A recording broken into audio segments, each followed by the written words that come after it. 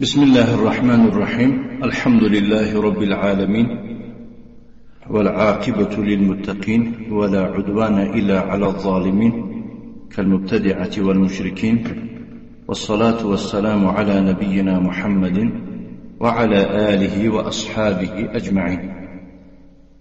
اما بعد، این کتابی که در دست داریم کتابی که در پیش ما است که ما یقولون چخلی که میگن عرب ها بین ایدینا، شرح الأصول الثلاثة لشيخ الإسلام محمد بن عبد الوهاب ابن سليمان بن علي رحمه الله تعالى، شرح فضيلة الشيخ عبد العزيز بن عبد الله الراجحي. المقدمة. بسم الله الرحمن الرحیم. با نامهای الله الرحمن الرحیم آغاز میکنیم. الحمد لله والصلاة والسلام على رسول الله وعلى آله وصحبه وسلم.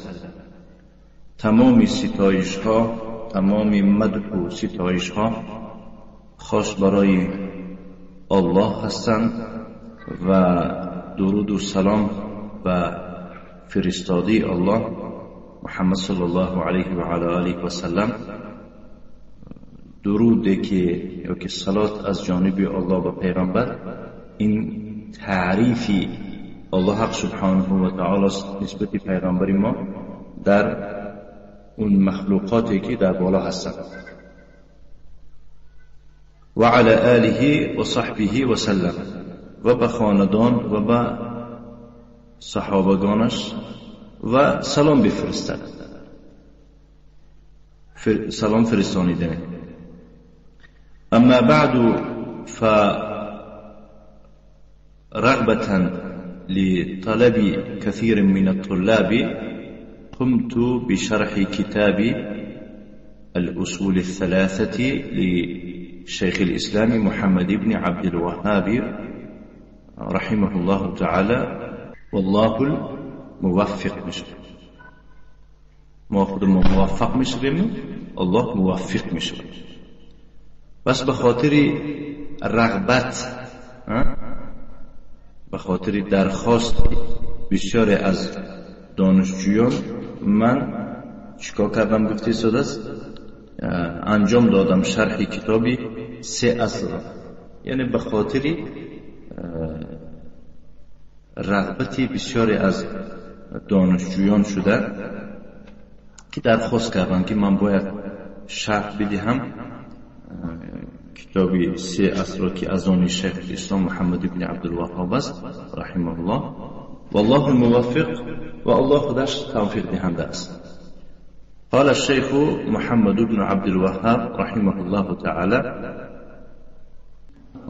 بسم الله الرحمن الرحيم. الشرح. وقال الشارح الحمد لله رب العالمین. تمام ستایش خاص برای الله که پروردگار جهانیان است. و صلی الله وسلم و بارک علی عبد الله و رسوله نبینا محمد و علی آله و صحبه اجمعین. و الله درود و سلام و برکت بفرستد بر بنده الله و بر رسول خود پیغمبر ما محمد صلی الله علیه و علی آله و سلم، و بر خاندان و بر جمیع صحابگانش. اما بعد، فإن الإمام المجدد الشيخ محمد بن عبد الوهاب رحمه الله تعالى قام بالدعوة إلى الله عز وجل. بس هر آینه امام مجدد اون کسر میگن که هر یک اصل دینه که زیر پرده شد یا که گویم زیر چنگی اهل بدعت و خرافات گردید، یک کس آمده همون چنگ تازه کرده، همون اصل چکار کند؟ رویاب کند، هویدا کند، به مردم نشون دهد همون اصل را که اولی امت را سعادتمند کرد و یه مجدد میگه.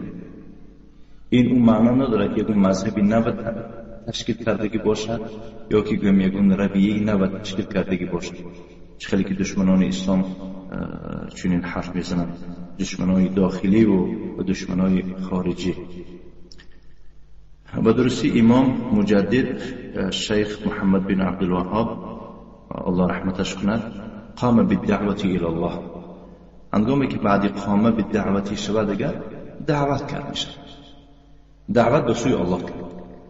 اگر مثلا بگویم که قام بالاکل خورد، قام بالشرب نوشید، قام بالدعوة الى الله یعنی دعوت را به سوی الله انجام داد. قام بهذا الامر العظیم، شیخ محمد بن عبدالوهاب الله رحمتش کند قام بهذا الامر العظیم، این امر بزرگ را انجام داد. این امر خیلی هم امر بزرگ است. بدون امر توحید کار دعوت به سوی الله را در نظر دارد. و ترسم خط الانبیاء والمرسلین،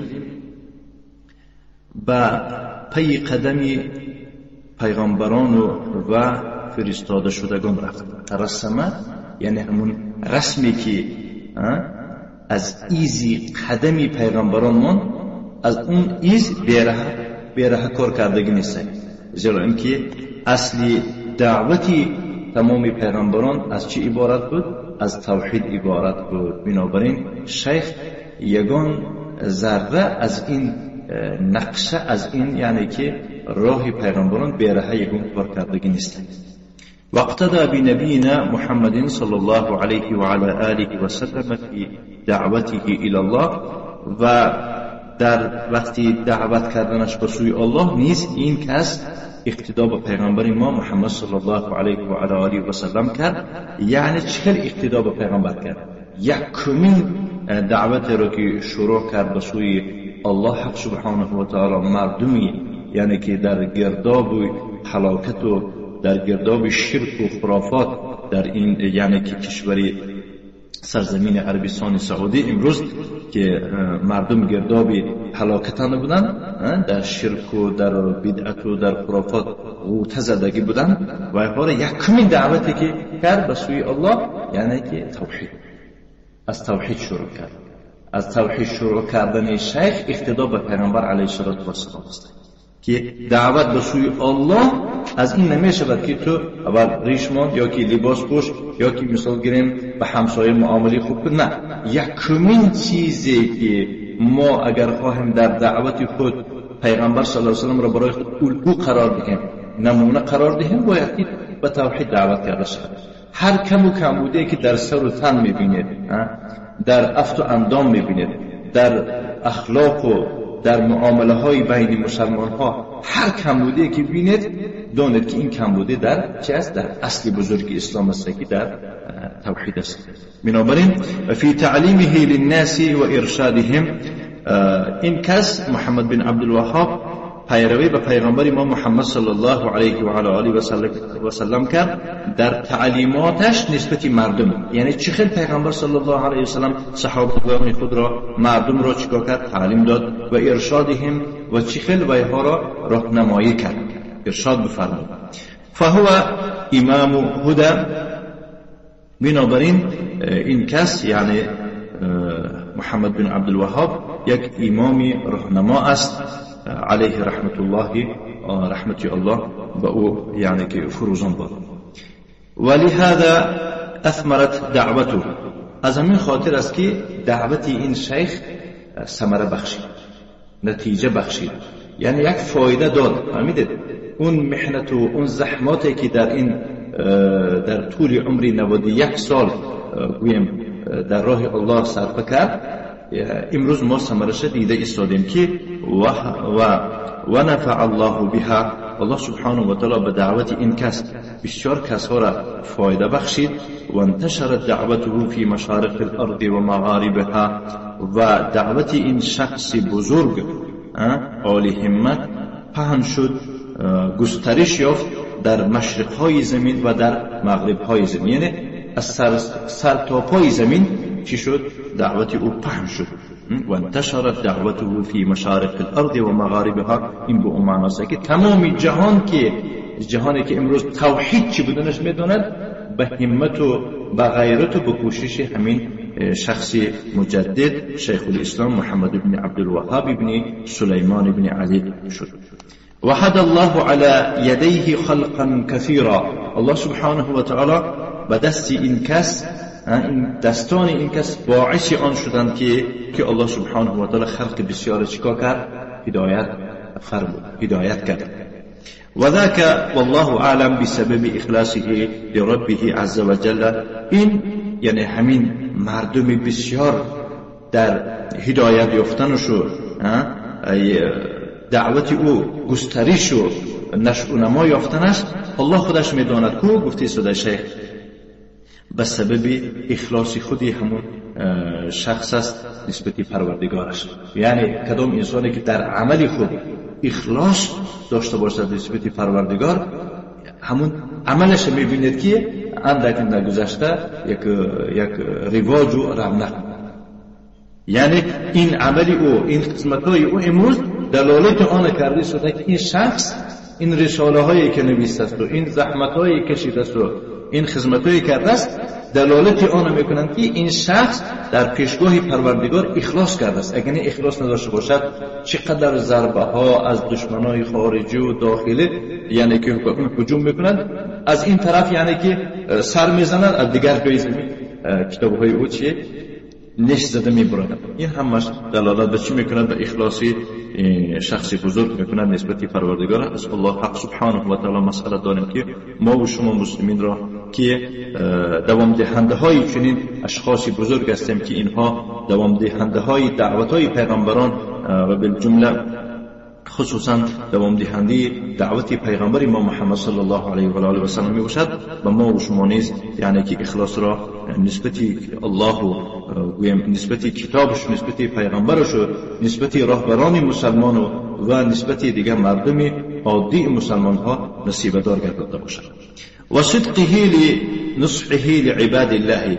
همه اینها دلالت به چی میکنند؟ همه این خدمتایی که امروز میبینید همچون میراث از شیخ محمد بن عبدالوهاب مانده است، اینها دلالتی آن میکند که راست بودنش یعنی صادق بودنش در نصیحت کردنش نسبت بندگان الله، یعنی از بندگان الله هیچ چیز نمیخواسته است. فقط چی میخواسته؟ میخواسته که ایشان یعنی که هدایت یابد. برای خاطر همین انسان باید که نسبت بندگان الله خصوصا مسلمان‌ها و عموما به تمامی بشریت باید که ما اخلاص داشته باشیم. یعنی که در عملی که نسبت اونها انجام میدهیم چه باید که صادق باشیم در همین اخلاص خودمون. بله.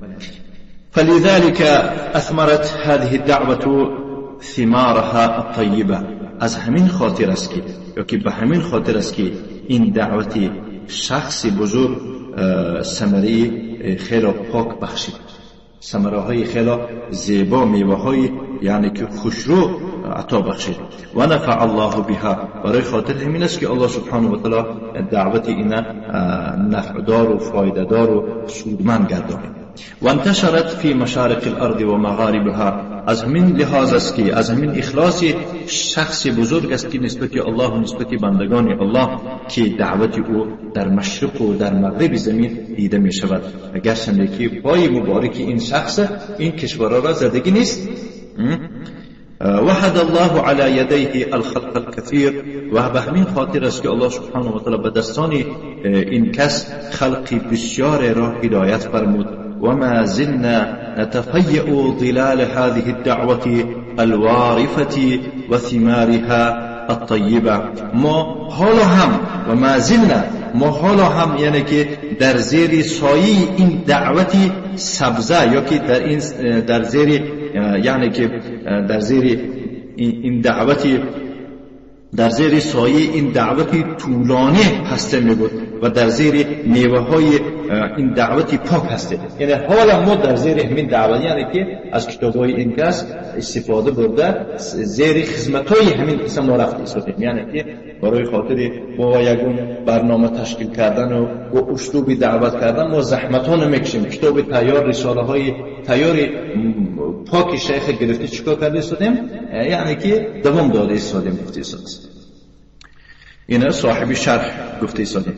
و هو رحمه الله تعالى دعا الناس إلى ما دعا إليه نبينا محمد صلى الله عليه وعلى آله وسلم. این کس شیخ محمد بن عبدالوهاب الله رحمتش کند مردم فراخوان دعوت کرد به سوی همون چیزی که پیغمبر ما صلی الله علیه و آله و سلم فراخوانده بود و دعوت کرده بود. یعنی دعوت این کس دعوت بدعت نیست، دعوت این کس دعوت نوآوری نیست که بگیم این چی گفت ما یعنی در تعجب مانه. دعوت این همون دعوت محمد صلی الله علیه و آله و سلم است. دعوته هی دعوت الرسل، دعوت او عبارت از دعوت جمیع رسولان است. یدعو الناس الى توحید الله عز وجل و اخلاص الدین له، مردم را فرا میخواند، دعوت میکنند به توحید الله حق سبحانه و تعالی، به یکو یگانگی الله حق سبحانه و تعالی و به اخلاص کردن دین را برای الله حق سبحانه و تعالی. وقتی که ما دین گفتیم در دین داخل می شود هم سخن هم عقیده هم عمل، یعنی که داخل می شود. ما باید که در سخن، در عقیده و در یعنی که عمل اخلاص داشته باشیم در برابری در پیشگاه الله حق سبحانه و تعالی. این از معنای یعنی که اخلاص کردن دین را برای الله حق سبحانه و تعالی. به همین فرا میخوان مردم را و القیام بامره سبحانه و تعالی، دعوت میکرد که مردم امر او سبحانه و تعالی را چیکار بکنند؟ انجام بدهند. و ادای حقوقه و حقوق عباده، مردم را فرا میخوان که حق و حقوق الله حق سبحانه و تعالی را چیکار بکنند؟ ادا بکنند و همچنین حقوق بندگان را که بالای یکدیگر هستند و اینها را ادا باید کنند. فأثمرت هذه الثمار الطيبة، این دعوت از همین خاطر است که ثمره پاک و پاکیزه بخشید. فإن الكلام إذا خرج من القلب فإنه ينفذ إلى القلب. یعنی و درستی میفرماد که سخن وقتی که از صمیم قلب، از درون خارج شود اگر و به همون قلب داخل می شود، یعنی سخن انسان همون وقت تأثیر بخش می شود که در قلب مردم داخل شده، مردم در جنبش و در حرکت می دارد که وقتی که همون سخن گوینده از زبانش مثل منافقان گفته باشد، بلکه از صمیم قلب گفتگی باشد دیگر امیدوار است که این سخن اومده در قلب مردم سوراخ کرده داخل می شود. زیرا که آبادی قلب من و شما این آبادی بدن من و شما است. اگر خواهیم که بیرونی من و شما آباد شود، باید که ما در پی کوشش و در تلاش آن باشیم که درونی ما آباد شود که مراد از آن الا و هی القلب گفتن پیغمبر علیه السلام. اون پارچه گوشتی که به اصلاح تمام اعضا است و پارچه گوشت قلب می باشد. الله سبحانه و تعالی قلب من و شما را آباد کرده باشد. الله می فرماید در قرآن الا من اتى الله بقلب سلیم، یعنی خار و ذلیل و بدبخت نمی شود در روز قیامت کسی که به پروردگارش روبرو می شود در آن حینی که قلب سلیم، قلب آباد باشد از شرک و از بغض و از کینه و عداوت و دیگر هر چیزی که قلب من شما را داغدار می کند. فلهذا له الاثر الطيب في مؤلفاته، و همین خاطر است که این کس تأثیری خیلی پاک دارد در کتابهایش. اون شخص من شما ندیده، کسی که در قلبش اندک ایمان باشد دیگر به اندک قرائت کتابها مؤلفهای این کس، یعنی که خدمتها کتابهای این کس، ببینید که یک تأثیری پاک در قلبش میبخشد. و فی دعوتهم، و در دعوتهای او چیز یک الاثر الطیب میبیند، یک تأثیر خوب میبیند. و الف المؤلفات القیمة الكثيرة، این شخص بزرگ الله او را رحمت کرده باشد کتابهای خیلی هم حق و حقانیت و ارزشمند و سودبخشی بر زیاده را کتابت کرد. المؤلفات القیمة الكثيرة، در اینجا الفا فعل می شود، در تحت ضمیر مستتر و راجع به سوی شیخ الاسلام فاعل می شود. المؤلفات مفعول به شده سدس منصوب وعلامة نصبه الكسرة نيابة عن الفتحة لأنه جمع المؤنث جمع مؤنث سيد. با المؤلفات منعوت است و القیمة نعت سید، نعت دو تابعی منعوت می شود. بله. الصغیرة، یعنی کتابهای می بینید که الصغیرة فی حجمها و مبناها، کتابهای این شخص بزرگ نویس که در حجم اگر بینید در بینا و در ساخت و سازش کتاب ها ببینید اگر کوتاه هستند، میده هستند، کتابچه های میده نویسیده است، الکبیرة فی معناها، اما در معنا و در معرفت میبینید خیلی هم بزرگ میباشند. فهی قلیلة الکلمات، اینها باشند که کتاب های شخص در کلمه خیلی هم اندک و کوتاه، کلمه های اندک نویسیده است ولی میبینید که معناهای خیلی فراوان را بر زیاد را فرا میگیرند. و هذا هو الاسلوب العلمی والعلماء، انا همین است اسلوب علمی و اسلوب علما همین است. علما باید که همین خیلی باشند که یعنی که کم صحبت کنند ولی که صحبتشون با چی باشد؟ تاثیر بخش و یعنی که کوتاه باشد و سامعین یعنی کسانی که گوش فرا می‌دارند تیز از بر میکنند این سخنها را. فرحمه الله رحمة واسعه، الله بر رحمت وسیع خود این کس را رحمت کرده باشد.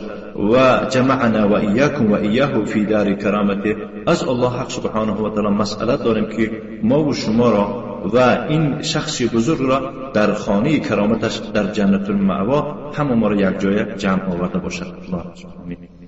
الف رحمه الله الرسائل العظیمه، الله رحمتش کند، خیلی هم رساله های بزرگ را نوشته است. و منها هذه الرساله التي بین ایدینا، از جمله آن همین رساله است که در پیش ما استاده است. و هي رساله الاصول الثلاثه، و مراد از اینه که این کتاب رساله که در پیش ما استاده است از بسیار رساله های این کس این رساله 3 اصل می باشد.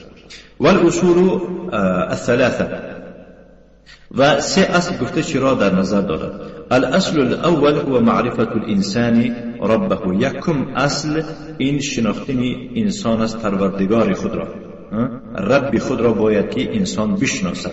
والاصل الثاني هو معرفت الانسان الاسلام بالادله و معرفت الانسان لدینه بالادله. دوم اصل از چی عبارت بوده است؟ او عبارت از چی؟ از شناختن انسان است اسلام را با دلیل ها و شناختن انسان است دین خود را با دلیل ها. باید که همون در کدام دین هستی گفتگینده تو باید که جوابگوی این سوال باشی. و الاصل الثالث هو معرفت نبیه محمد صلی الله علیه و علی آله و سلم. و اصل سیوم از چی عبارت است؟ او عبارت از آن است که بنده یا خود بیم انسان باید که پیغمبری خود را محمد صلی الله علیه و علی آله و سلم را بشناسد. وهذه الأصول الثلاثة هي التي يسأل عنها الإنسان إذا وضع في قبره. این همان 3 اصل است که انسان را پرسیده خواهد شد وقتی که وی را و که چون وی را در قبرش میگذارند. الله سبحانه و تعالی آسان گردانده باشد. عن الأصول الثلاثة التي كتب عنها هذه الرسالة. از 3 اصل همون بنده را میپرسند، اون 3 اصلی که در خصوص اونها این رساله را شیخ الله رحمتش کند نوشته است. هي التي يسأل عنها الانسان في قبره، این همون 3 اصلی که انسان را در قبرش پرسیده خواهد شد. و تولى عنه اصحابه، هنگامی که همون کسانی که او را یعنی که گور و چوب کردن، خیلی که میگن مردمی عادی ما به زبان یعنی که همین تعبیری خود ما گویم اگر خیلی که او را مردم گور و چوب کردن و بعد از اصحابش یعنی که کسانی که او را دفنش کردن، هنگامی که او را پشت سر خود میگذارند میروند، یأتیه ملکان، و نزد این میت این مردگی کس 2 ملک می آیند که ثبت فی الحدیث، چنانه که این در حدیث ثابت شدگی است. يقال لأحدهما منكر و يقال للآخر النكير. یکی از این 2 فرشته را منکر می نامند و دیگر را چه النکیر می نامند. فيسألان من ربك و ما دینك و من نبیك. هر 2 این ملک این کس را این میت را سؤال می کنند که پروردگار تو کیست و دین تو چیست و پیغمبر تو کیست. هذه هي الاصول الثلاثه. این است همین 3 اصلی که ما تلاش و کوشش آن داریم که باید که این 3 اصل بیاموزیم و به فرزندان خود بیاموزیم و به زنهای خود و به دختران خود و کسانی که یعنی که محروم هستند از این 3 اصل باید که رحم و شفقت کرده به حال اینها. اولا به حال خود یعنی که رحم و شفقت کردن برسه که یعنی باید ما در حق خود ظلم نکنیم. اگر یعنی که جوابگوی این سه سوال نباشیم، شما در جان خود ظلم کرده هستیم. اگر جوابگوی این سه سوال زن و فرزند و خانواده من و شما نباشد، یعنی که ما در حق اینها ظلم کرده میشیم. الله سبحانه و تعالی میفرماید یا ایها الذین آمنوا قوا انفسکم و اهلیکم نارا، ای کسانی که ایمان آوردگی هستید خود را و خانواده خود را از آتش دوزخ نگه دارید. برای خاطر اونها را از آتش دوزخ نگه داشتن همین سه سوال را جواب دادن است ان شاء الله. اگر من شما وقتی خود را دریغ نداشته، یعنی که اندکی وقت جدا کنیم، انشاءالله اینها بسیار به طریقی با اسلوب خود نویسیده هستند که پروردگاری تو کیست و دینی تو چیست و پیغمبری تو کیست. اینا برگشته باید که از خانواده پرسیده شود، زیرا که هیچ کس بنده نمیداند که او میمیرد و از خانواده او یکم کی میمیرد. فالمؤمن يثبته الله عز وجل فيقول الله ربي والإسلام ديني ومحمد صلى الله عليه وعلى آله وسلم نبيه. مؤمن آن کسی است که غیر الله سبحانه و تعالی ثابت قدم میگردد. مؤمن را الله سبحانه و تعالی چنان استوار و بردم قرار میدهد که در قبر میگوید که الله پروردگار من است و اسلام دینی من است و محمد صلی الله علیه و علی آله و سلم پیغمبری من است. مؤمن گفته ایستاد است. برای خاطر مؤمنی واقعی شدن برادرای اهل اسلام باید که ما تلاش و کوشش کنیم که اول مؤمنی واقعی شویم. این مؤمنی واقعی آن کسی میگه که دارای صاحب ایمان می باشد که قلبی او زبانی و عملی او و یکدیگر یعنی که موافقت میکنند. یکی از دیگره اگر جدا شود دیگر یا کم باشد دیگر و ناقص ایمان بشود. والفاجر لا يستطيع أن يجيب هذه الأسئلة عن هذه الأسئلة. فاجر بدکار شخص منافق نمیتواند که به این سوالها جواب بدهد. ولو كان من افصح الناس في الدنيا، گرچنده که او در میان مردم از همه فصیحترین، گویاترین، براترین زبانی مادری را شخص شناسی را تمام کردگی باشدم، زبانی تاجیکی را به درجه اعلی ادبیات شناس باشدم که ولی یعنی که نمیتواند که این سوالات را جواب دهد برای خاطر اون که او فاجر است. نسأل الله السلامت والعافیت. از الله حق سبحانه و تعالی مسئلت داریم که ما را تنج و امان نگه دارد و تندرست گرداند که مثال چنین صفت در ما نباشد، این فاجری. ينكر به فيضل. منکر او شده، یعنی که همدومی که او را ينکر به اون معنا نیست که ينکر انکر ينکر به معنای منکر شدن میشه. یک معنای دیگه اون که وقتی او را پیشنهاد میکنن ينکر برای او نامعلوم میتابد، نمیداند، نمیشناسد. فيضل، بس در نتیجه چی میشود؟ گمراه میشود، بیرحم میزند. وقتی که او را پیشنهاد میکنن این سه سوال منم میگم این چه میگم وای، یعنی که ينکر نمیشناسم میگه، خوانده نمیتوانم میگه، گپ زدن نمیتواند، فهمیدید؟ و در نتیجه چی میشه؟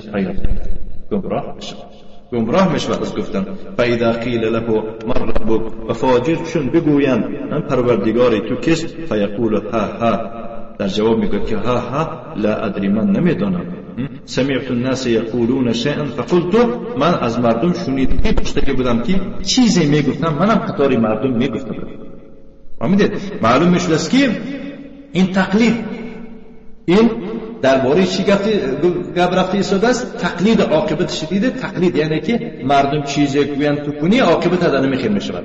وقتی که در قبر تو را میپرسند تو جواب دادن نمیتونی. در قبر برادران اهل اسلام انسان فقط اون جواب را دادن میتونه که در درونش چیزی هست. منافق ها در درونشون هیچی ندارن، فقط در زبانشون مردم گفتم من گفتم، تمام. برای خاطر من برادران اهل اسلام این دلالتی آن میکند که احتیاط باید کرد از تقلید، از پس مردم رفتن فلانی گفتم من میکنم. نه، خودت خوان برادر، خودت یعنی که طلب کن از اهل علم دلیل. هر یک نماز بخونی و نماز باید که به دلیل بخونی، باید که روزه و حج و زکات تمام احکام و ارکان دین دنیا را باید که در اساس دلیل قرار بدی.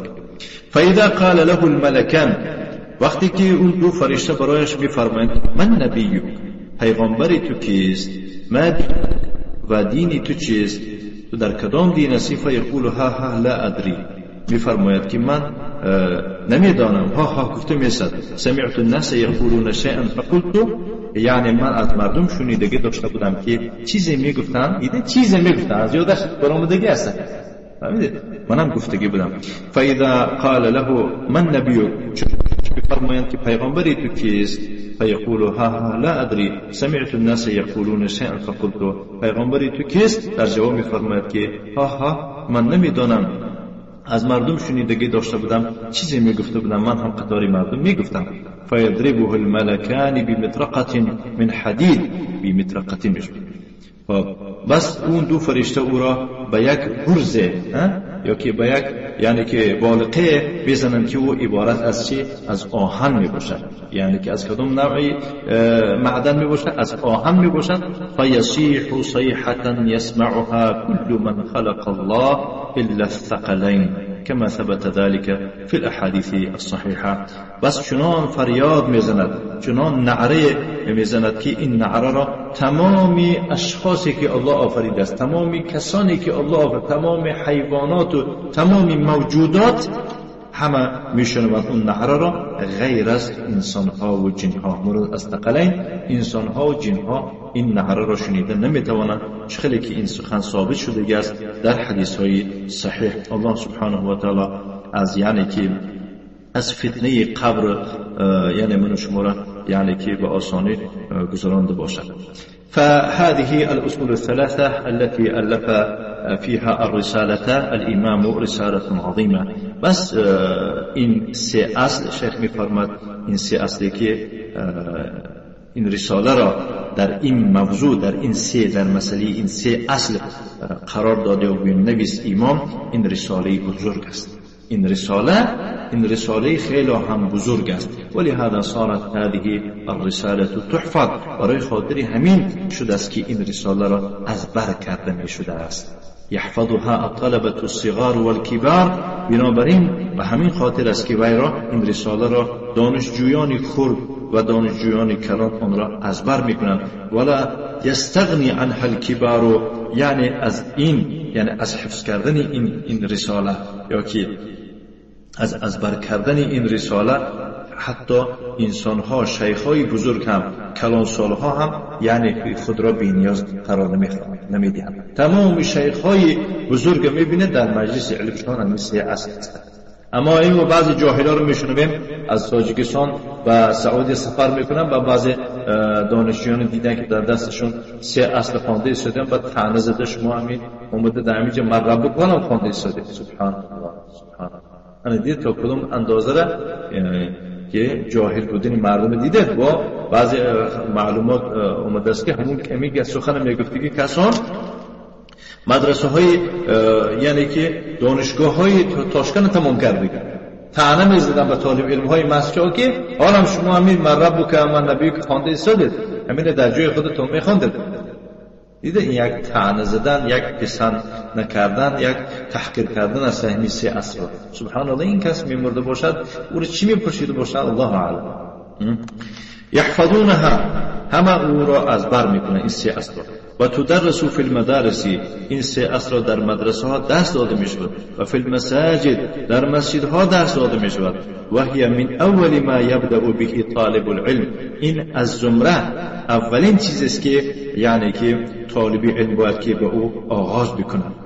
فما يتعلق في العقيدة، فيما يتعلق في العقيدة، در اون فنها یعنی که نسبت اون فنهایی که تعلق در عقیده دارد، الاصول الثلاثه، همین سه اصل است. یعنی سه اصل این از ماده های هست که چه با عقیده سر و کاردار است. و القواعد الاربع که بعد این قواعد اربع است. الله نصیب کند ان شاء الله ترجمهش شدگی است. بعد از اون ان شاء الله وقت فرصت شود که به طریق موقع ما در اومده میتونید این گرفتن. و کشف از شبهاتی، کشف شبهات هست ان شاء الله این کس نصیبش کرده باشد که یک جایز درس میدیم این کسا از همون کس درس میکنیم این کتاب کشف شبهات. اینا هم یعنی که کتابایی هستن که با عقیده سر و کاردار میباشن. هذه رسائل یبدأ بها طالب العلم. انا همین رساله ها را باید که طالب علم سر بکنه. ثم يترقى الى کتاب التوحید، بعد از آن آهسته آهسته به زینه کتاب توحید میبره. امروز مردم کتاب توحید به زبان روسی ترجمهش یافتن و خوانده ایستاده به خودشون خودسرانه، یعنی که خیالشون توحید فهمیدن. نه، اول باید که علم آموختن و تدریج میشود، و زینه به زینه میشود. باید که 3 اصل بخونی، قواعد اربع بخونی، کشف شبهات بخونی، بعد از آن یعنی که کتاب توحید بخونی. ثم العقیده الواسطیه، بعد از اون کتابایی که به عقیده سر و کاردار می باشد، عقیده واسطی می باشد که شیخ الاسلام ابن تیمیه از آن شیخ الاسلام ابن تیمیه می باشد. ثم العقیده الطحاویه، بعد از عقیده طحاویه. ثم الحمویه، ثم التدمریه. اینا همشون یعنی کتابایی هستند که به عقیده سر و کاردار است. الله نصیب کند ان شاء الله اینا را در نوبت خود اگر حیات باقی باشد درس میکنیم. و هكذا و غیر از این کتب کتب سنتی، کتابای سنت، یعنی مخصوص کتاب هستن که نامشون سنت هستن لیکن شیخاشون مختلف، گوناگون شیخ هستن. مثلا السنت للامام احمد، از آن امام احمد کتاب است درباره عقیده، یعنی چه میگن کتابی سنت میگن. خب ولابنه عبدالله، و از آن پسرش با عبدالله گفته که پسر داشتند، این کسم یک کتاب نویسن به نام سنت.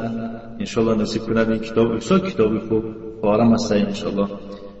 ولی غیرهم من اهل العلم، با غیر از اینها از آن دیگر اهل علم که السنت للخلال، از آن خلال انشاءالله السنت للبربهاری و غیرهم از آن بربهاری و غیر از اینها دیگه کتاب هستن که اینا همشون نومی کتابشون چیه؟ السنت دیگه. یعنی السنت گفته این معنا نمیده که امروز میگه السنت دست هوا میدن که یک چیزی به اهمیت میکنه، عقیده رو درمیزنه، سنت عقیده رو میکنه. فهذه الرساله ينبغي حفظها، انا من رساله که ما در دست داریم باید که اونا از بر کرده بشود و تفهم معانیها، و اندک آهسته آهسته باید که معنای او را فهم و درک کرده شد. فهمیده؟ هم تو خونده گذاشتن نه، تفهم این کلمه هست که آهسته آهسته و تدریج سراسیمه نشده هر یک کلمه های شیخ فکر و ملاحظه کرده، معنی های یعنی که نازک او را فهمیده رو میگه تفهم. هم خیلی نه که من فهمیدم میگه که ما پروردگاری تو کس، پروردگار من الله، یه تمام جمع نه این خیلی فهمیدن است. والعنایت بها، باید که نسبت این رساله اهمیت داده شود و حفظها للکبار و الصغار، باید که او را از بر کرده شود، یعنی که اهمیت داده شود نسبت از بر کردن آن، هم برای کلمها تعلق دارد هم برای خردسالها. لا یستغنی عن فهمها مسلم، یگان مسلمان از فهمیدن این رساله خود را چه غنی نمی حسابد، بی نیاز نمی. من مثال گیرم من اینو میفهمم گفته حق ندارم، باید که هر یک مسلمان اینو چیکار بکند بفهمد. لأن هذه الرسالة للأصول الثلاثة، زیرا این رساله که ما در دست داریم نسبت به 3 اصل می باشد که هی التي لا يصح اسلام المرء الا بمعرفتها. این 3 اصل چنان اصل می باشند که اسلام آوردنی یا که اسلام یا که مسلمانی انسان درست نمیشود به شناختن این 3 اصل. چه خیلی تو من مسلمان هستم در اسلام هم میگوی این 3 اصل نمیدانی، این عیب است. و هی التي يسأل عنها اذا وضع الانسان في قبره، اینا همون سوال هایی می باشند که بنده را یا که انسان را چون در قبرش میگذارند از این 3 اصل پرسیده خواهد شد. والمؤلف رحمه الله تعالى الشيخ الامام المجدد اتى بكلمات وبأسلوب علمي وأصيل يفهمه كل أحد، ليس فيه حشو ولا تعقيد ولا تكرار ولا زيادة، وكل كلمة يتكلم بها يعقبها بالدليل، يذكر الدليل بعدها إلى آخره. مؤلف الله رحمة الله الشيخ الإمام المجدد أتى بكلمات چنان سخنهایی را در این رساله ذکر کرده است و به اسلوب علمی، یعنی که چنان اسلوب علمی را ذکر کرده و اصیل چنان اصلهای را یعنی انتخاب کرده نویستگی است که یفهمه کل احد، همه این را میفهمد.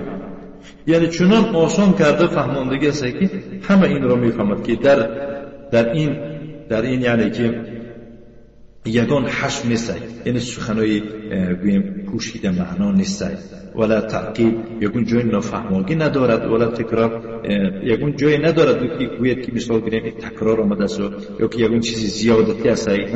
و کل کلمتی یتکلم بها، هر سخنی که اون را حرف زدگی باشد، یعقبها بالدلیل، در عاقب او چه دلیل آمدگی است که یذکر الدلیل بعدها، بعد از آن میبینید که فوراً چیکار کرده است شیخ؟ دلیل را از قرآن یا از احادیث پیغمبر صلی الله علیه و آله و سلم آورده ذکر کرده است و هکذا و غیره. لأن الكلام لا يصح الا بدلیل. چرا شیخ این اسلوب را پیش گرفته است؟ زیرا که سخن به دلیل درست نمی شود. فأنا أوصي أبنائي وإخواني بالعناية بهذه الرسالة. بس من هم سفارش میدهم، نصیحت میدهم، مصلحت میدهم، ریکومنداسی میدهم پسران خود را و برادران خود را نسبت این رساله اهمیت دادن را. به تدریسها، اهمیت دادن به چی میشود؟ این خیلی کتاب خریده که مثال گیرم بیکار ضایع نشود، در کتابخانه گفته کتاب خریده در جیبانها ته کردن، نه. مراد از اهمیت دادن نسبت این رساله ها آن است که به تدریسها الصغار والکبار، این به درس دادن می شود. اهمیت دادن نسبت این کتاب به درس دادن اینها برای خردسالان و الکبار و برای یعنی که کلانسالان، و تفهم معانیها و اندک به اندک فهمیدن معانی های این یعنی که رساله، ولو شرح شرحا مطولا، گرچه که و اگرچه او را شرح داده شود، شرح داده شده که باشه شرح دراز، لا تشرح الى مجلد، یعنی که شرح داده شده که نیست که به مجلد که بگیم که حد کتاب کلان است.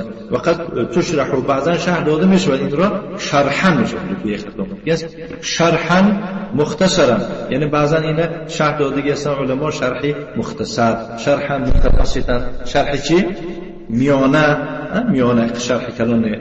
ولو أراد الإنسان أن يتوسع فيها بشرحها لأتى بشرح مجلدات. اگر انسان خواهم بوید شرح دادن این را یعنی وسع گیری کند در این رساله، میتواند که شرح دهد این را، لأتى بشرح مجلدات، میتواند که مجلد درباره این سه اصل چیکار کند؟ کتاب‌ها نویسد.